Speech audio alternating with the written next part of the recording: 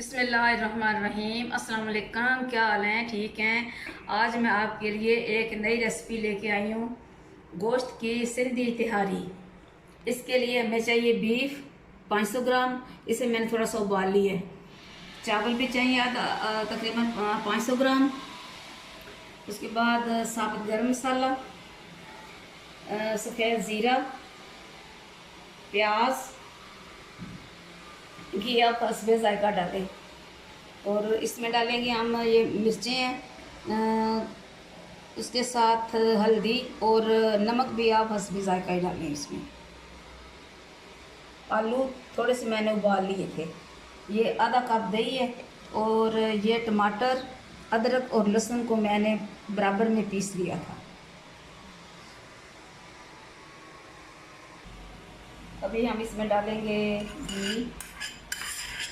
आपने घी अपने मुताबिक डालना है, कोई कम खाता है कोई ज़्यादा खाता है। इसमें डालेंगे प्याज,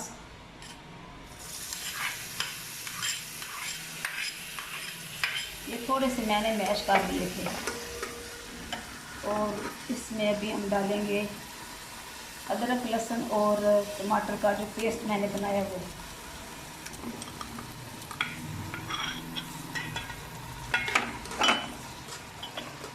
और साबुत गरम मसाला।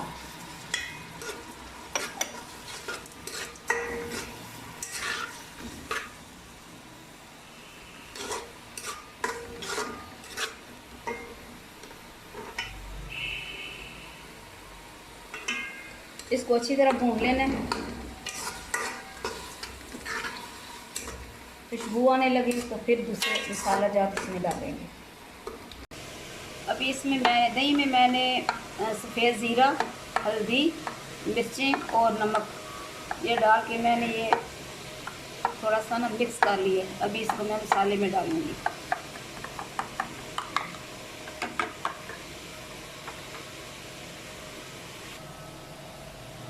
तो जो दही में मैंने मसाले डाले थे सारे, मिर्चें हैं, हल्दी, सफ़ेद ज़ीरा, नमक, वो मैंने इसमें ऐड कर दिया सारा।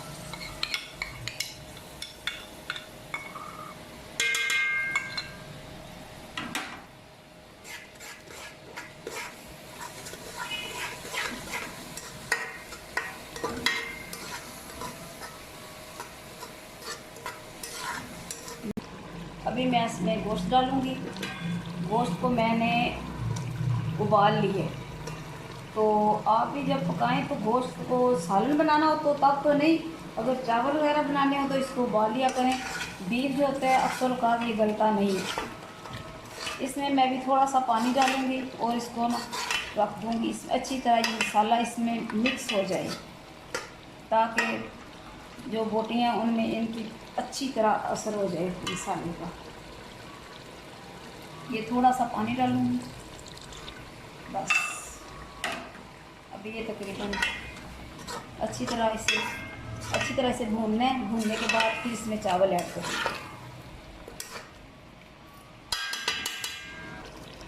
अभी हमारा जो बीफ है ये तकरीबन तैयारी के मरले में है। तकरीबन 10 मिनट तक बिल्कुल तैयार हो जाएगा बीफ।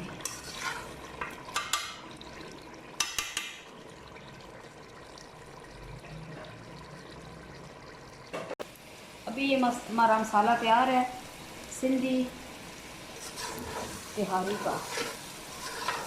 बना रहे हैं गोश्त की सिंधी तिहारी।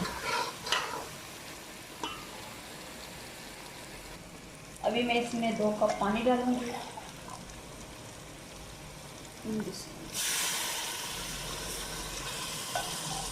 ये पानी एक किस्म का यखनी है। ये देखें इसमें मैंने गोश्त को उबाला और वो फेंकने की बजाय मैंने कहा इस पर काम लेते हैं और वैसे भी ये टेस्टी हो जाएगी। अभी मैं इसमें चावल डालूँगी।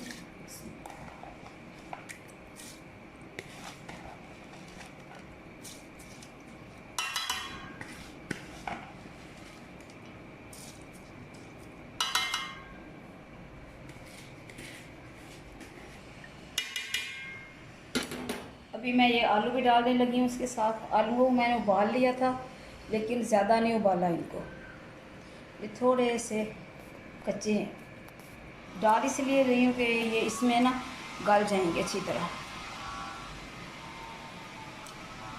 चलिए जी, तो हमारी गोश्त की सिंधी तिहारी अभी दम के लिए तैयार है। ये देखें, नीचे मैंने तवा रखा हुआ था, उसके ऊपर मैंने इसे रखा है।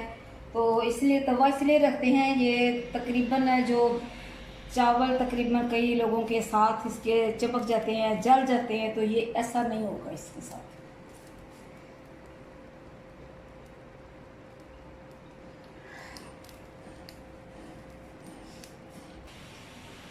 ये हमारी रेसिपी अभी बिल्कुल तैयार है, गोश्त की सिंधी तिहारी।